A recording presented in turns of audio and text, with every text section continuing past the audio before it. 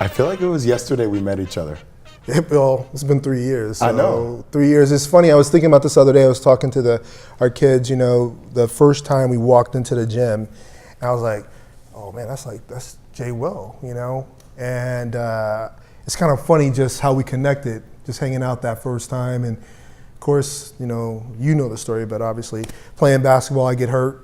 Mm-hmm. And that was a big time injury for you, though. I was there. Yeah. I felt for you. Well, Jamie Foxx was guarding me like that. All the guys guarded Jamie Foxx. And the picture was like, I still have the picture where it's like me going up, me smiling at Jamie, me popping my Achilles, me looking back, and me frowning.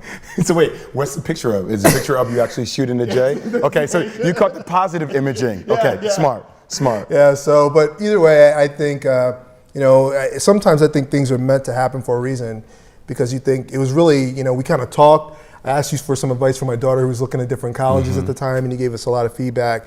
But it was really kind of the conversations we had as I was going through rehab, when you kept calling and checking in to see how I was doing. And that's still right here in my brain, because I remember, first off, look, I had a bad accident, but I feel like, but look, it's bad relative to my life, right? So. And for somebody else, whatever they may be going through may be the most difficult thing, knock on wood, you go through. So I feel for you. There's empathy there. But no, it was really good, because I think we really had a lot of conversations really more about life, talking about, kind of like the financials and talking about kind of what you wanted to do.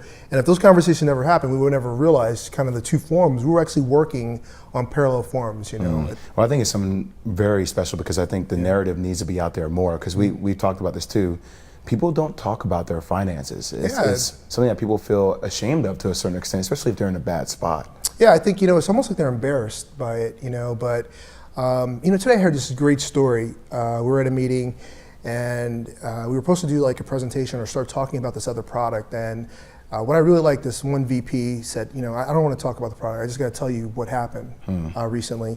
That we had an employee who was sitting down with a person who just became a member, literally this week, and went through all their finances, and they wound up refinancing them at lower rates, lower payments, and wound up saving over $800 a month. Wow. Now to me, that's like a game-changing moment. Yeah. $800 a month, you can actually save some money. You can actually, and have a game plan for paying off your debt. But you can start thinking about, education for your kids. You can really start seeing a better life. My goal is really to make visions matter. You've heard me say that as long as you've known me. And I've always found that you can't make something matter to someone unless it has a value to them. So for that person, $800 a month, right? Goes a long way. It goes a long way. You heard the tagline before from us that, money matters to our members and our members matter to us. So for us, any way we can do anything like that to really support and help them, I think that's critical.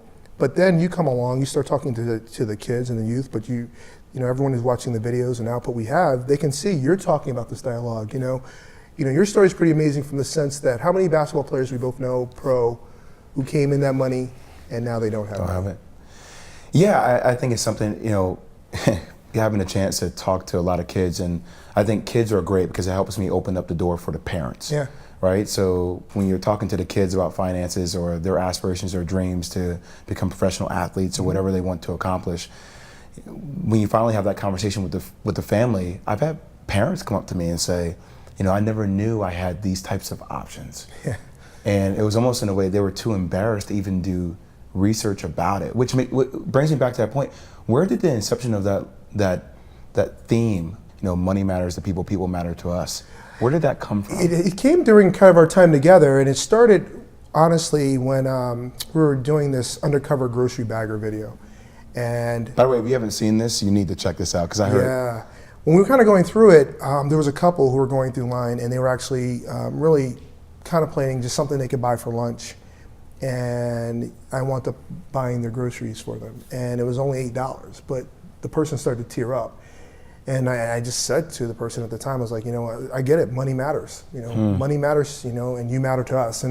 And they obviously, through the world of marketing, they found a much better way to say what I was trying to capture. But it was really just saying that, we're not for profit, and that's the beauty of being at the credit union. We can play the long game. I'm not here to try to make profit on my members. I'm trying to make enough profit that we can continue to grow, sustain. We try to do we try to do what's right for the membership, but we try to be fair to each member. Think about that. So if you're a member of a credit union, our goal is to help you versus some other random shareholder somewhere outside of the company. I'm not sitting here trying to figure out how I'm going to make these type of earnings this year. I'm thinking about how can I impact lives. We have 183,000 members right now. And when people always ask me, well, what do you want to be? Do you want to be a $4 billion credit? Do you want to be a $10 billion credit? I just want to help as many people as possible.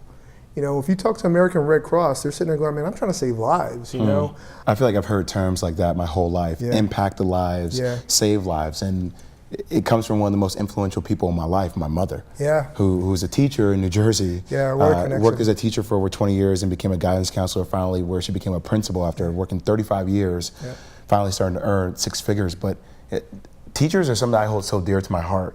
And it's actually, I feel like it's one of the most difficult jobs to have, Absolutely. right?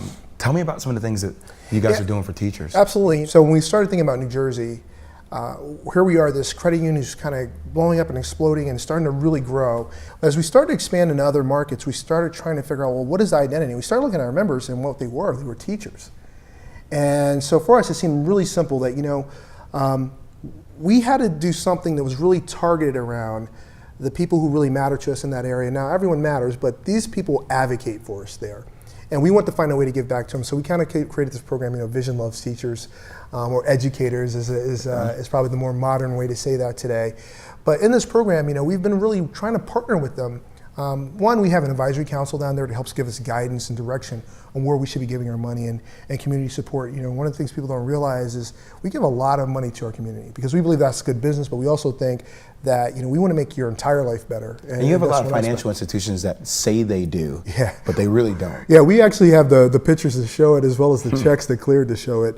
It started to really click to me that the one thing we can do is really support the teachers in this particular market, in a particular area, because they really are the people that we were growing.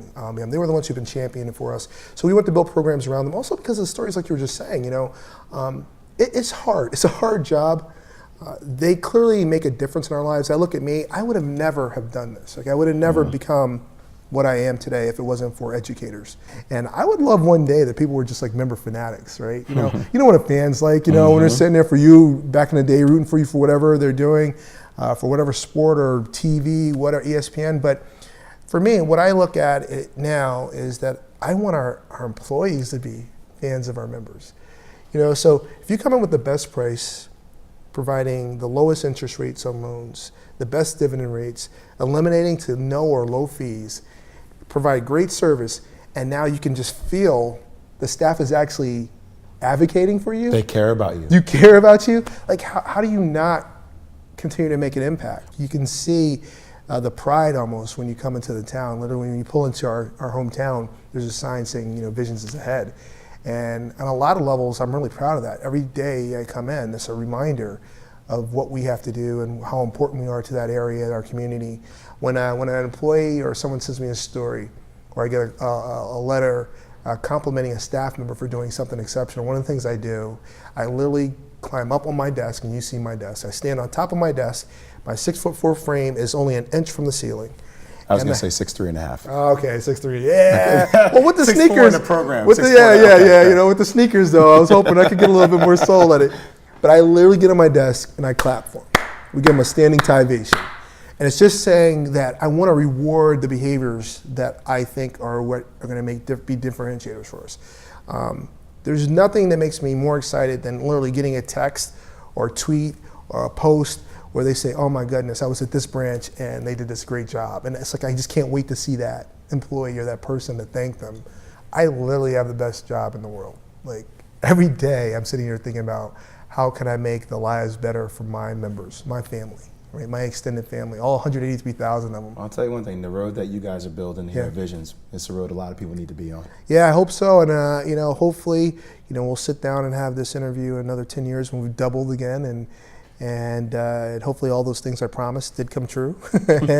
But I think that just having that opportunity to kind of sit in this role and kind of giving some insight of how lucky and fortunate we are to be employees of Visions and to help our members, but also hopefully help the future members in our community. It really is a blessing. It's a really true opportunity. And I appreciate the time sitting down with you as always. Man. All right, family. Thank you so much.